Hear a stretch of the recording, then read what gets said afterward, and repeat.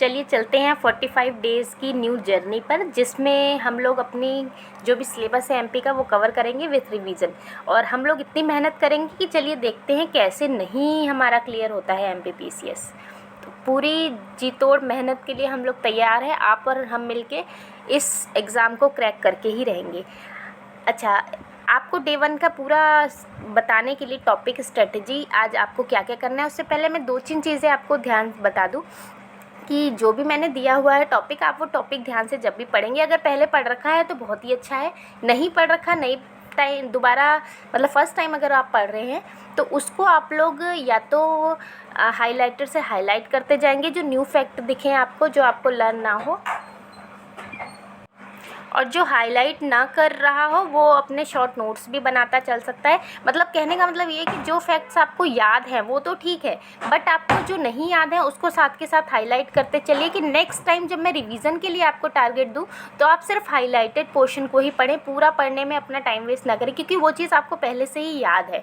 तो और मैं एमसीक्यूज़ लगवाऊँगी, तो जब एमसीक्यूज़ आपको दूंगी तो उसमें जो आपको याद है वो भी साथ के साथ आपका रिकॉल हो जाएगा, तो इससे आपकी तैयारी बहुत अच्छे से हो जाएगी। चलिए यहाँ पे मैं आपको पूरा डे 1 में आपको क्या क्या करना है पूरा मैं आपको यहाँ बताती हूँ। और उसके लिए जो भी स्टडी मटेरियल है मैं ऑलमोस्ट टेलीग्राम चैनल पे मैंने पोस्ट कर दिया है, बट अगर आपको कोई चीज़ नहीं मिल रही हो, कोई चीज़ आपको और चाहिए, तो उसके लिए मुझे आप कमेंट सेक्शन में कमेंट कर सकते हैं। तो चलिए देखते हैं डे 1 में। तो डे 1 में सबसे पहले आप लोगों को फैक्ट शीट तैयार करनी है। फैक्ट शीट मैं आपको टेलीग्राम चैनल पे प्रोवाइड करवाऊँगी शाम तक, और इसके लिए मैं सुबह ही आपको एक वीडियो दे दूँगी जिसमें आप फैक्ट शीट बहुत अच्छे से कवर कर सकते हैं। फैक्ट शीट क्या होती है एक्चुअली, कोई एक इम्पॉर्टेंट चीज़ें होती हैं, जैसे कि मैंने फैक्ट शीट में पहला दिया है प्राचीन इतिहास की पुस्तकें और लेखक, मतलब प्राचीन इतिहास की जितनी भी पुस्तकें हैं और जितने भी राइटर हैं सब एक जगह कंपाइल करके आपको दे दिया जाता है, जिसके थ्रू आप अच्छे से एक ही जगह में सब कुछ तैयार कर सकते हैं।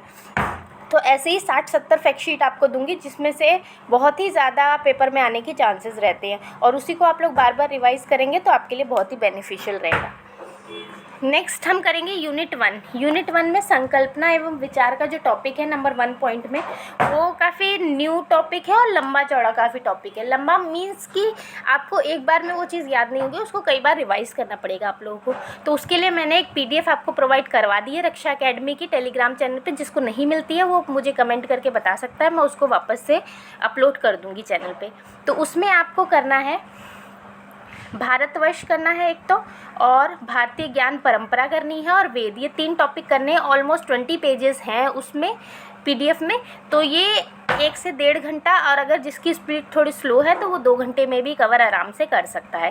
तो 2 घंटे आपको ऑलमोस्ट यूनिट 1 में देने हैं, और फैक्ट शीट आधे घंटे में कवर हो सकती है, क्योंकि कुछ पुस्तकें तो आपको याद होंगी पहले से, और जो न्यू होंगी उसमें ही आपको थोड़ा सा टाइम लगेगा। बट इसमें एक चीज़ याद रखिए कि जो चीज़ याद है पुस्तकें, उस पर आप लोग टिक मार्क लगाते जाइए, ताकि जो बची हुई हैं रिवीजन में आप उस पर ज़्यादा ध्यान सकें, उस पर फोकस कर सकें, जिससे टाइम आपका कम लगेगा। चलिए आगे देखते हैं।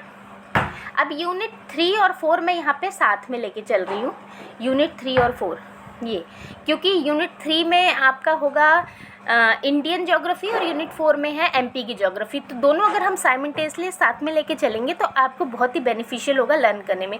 जैसे कि इसमें आप भारत का सामान्य परिचय जब पढ़ेंगे तो उसी में MP का भी सामान्य परिचय पढ़ लेंगे।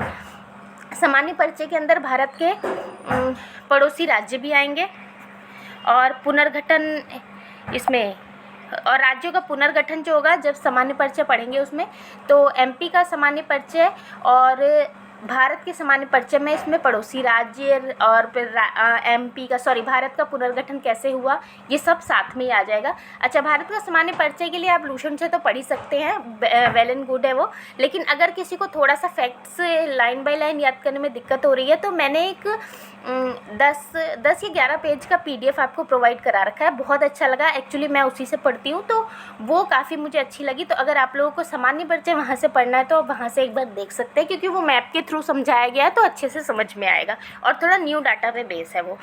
चलिए नेक्स्ट यूनिट 9 हम लोग शुरू करेंगे। हमारा जो सेकंड कंपाइलेशन था उसमें, अब उसमें हम कंप्यूटर से ना शुरू करके, क्योंकि कंप्यूटर एक बहुत ही लेंदी टॉपिक है और शुरू में ही हम लेंदी टॉपिक कर लेंगे तो थोड़ा मज़ा नहीं आता काम करने में, तो हम इलेक्ट्रॉनिक प्रौद्योगिकी पढ़ेंगे। ये थोड़ा न्यू टॉपिक है, इंटरेस्ट आएगा इसे पढ़ने में, इसको करेंगे। प्लस परीक्षा धाम में लास्ट में विविध का टॉपिक दिया हुआ है, चैप्टर नंबर 11 है आई थिंक, तो अगर वो आप कर लेते हैं इसके साथ तो बहुत ही अच्छा है। ये दोनों साथ में आपको करना है। विविध जितना आपसे हो सके उतना ही करिएगा, बहुत ज़्यादा लर्न करने की, क्योंकि फैक्ट है तो लर्न इतनी जल्दी नहीं हो सकता, तो मैं उसको नेक्स्ट डे में भी उसको साथ में लेके चलूँगी, तो इसको अच्छे से आप लोग कर लेना। मैं इसका जो PDF है, जो परीक्षा धाम से तैयार नहीं कर रहे हैं यूनिट 9, उसके लिए विविध का मैं टेलीग्राम चैनल पे वीडियो डाल दूँगी और ऑडियो भी PDF के थ्रू भी डाल दूँगी, तो आप उससे भी देख सकते हैं। चलिए यूनिट 8 में हम लोग क्या करेंगे, साथ में यूनिट 8 लेके चलेंगे। तो यूनिट 8 में एक तो आपको डेली करंट अफेयर करना है, जैसे कि कल 6 में है तो उसका करंट अफेयर आप वीडियो से कर सकते हो, आप किसी PDF से कर सकते हो, कहीं से भी कर सकते हो। मैं क्रैक एग्ज़ाम का चैनल रिप्रेजेंट करती हूँ, क्योंकि वो रिवीजन के साथ साथ आपको डेली का करंट अफेयर अच्छे से करवा देते हैं, तो उसका करना है। प्लस आपको जनवरी का रिवीजन करना है MP के साथ, मतलब कि MP का भी करना है और जनवरी का रिवीजन पूरा हमारा इंटरनेशनल नेशनल सब करना है आपको।